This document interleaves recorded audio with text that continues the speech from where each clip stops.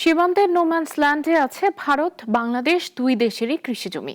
পাকিস্তানের সঙ্গে উত্তেজনার প্রভাবে ধান কাটার মৌসুমে বিজিবি বিএসএফ সেখানে চলাচল সীমিত রাখার ঘোষণা দিয়েছে। ঘটেছে বিএসএফ এর গুলির ঘটনাও। এদিকে আসন্ন ঈদকে ঘিরে সক্রিয় গরু চোরা কারবারিরা। প্রতিনিধিদের পাঠানো তথ্য ছবিতে আরো জানাচ্ছেন সুলতানা মরিয়ম। মেহেরপুর সীমান্ত জুড়ে বিজিবি বিএসএফ সতর্কতা জারি করেছে। ৬০ কিলোমিটার দীর্ঘ সীমান্তের মুজিবনগর শহর সদর এলাকায় চলাচল সীমিত করা হয়েছে। মেহেরপুরের ইচাখালী সীমান্তে দুই দেশেরই সবচেয়ে বেশি কৃষি জমি। এখন সেখানে ফসল কাটার ভরা মৌসুম চলছে।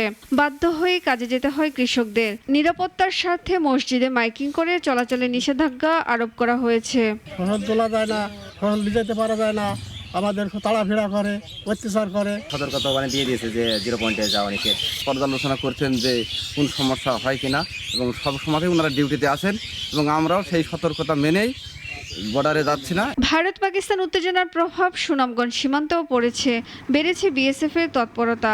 ফলে স্থল ও নদী জুড়ে 90 কিলোমিটার সীমান্তে বিজিবি অতিরিক্ত টহল ও নজরদারি বৃদ্ধি করেছে। বর্ডারে বিজিবি অনিয়া করতেছে যে কোনো মানুষ বর্ডারে যায় না। বিজিবি বাড়ি বাড়ি গিয়ে বইলা দিচ্ছে, সবাই মাইকিং করে দিচ্ছে মসজিদে। স্মাগলিং যেগুলো আছে এগুলো আগের থেকে এখন প্রচুর নিয়ন্ত্রণ চলে আসছে। মানে এখন তো মনে করেন আগের মতো যে স্মাগলিং হয়তো এখন তো এই স্মাগলিং হয় না। আমাদের ভারতের পার্শ্ববর্তী ঘর, আমরা এখানেই বসবাস করতেছি, এই হিসেবে আমরা খুবই আতঙ্কিত। পরিস্থিতি এখনো শান্ত থাকলেও সতর্ক আছে বিজিবি। আধুনিক এলইডি লাইট, ক্যামেরা ও সেন্সর স্থাপন করা হয়েছে।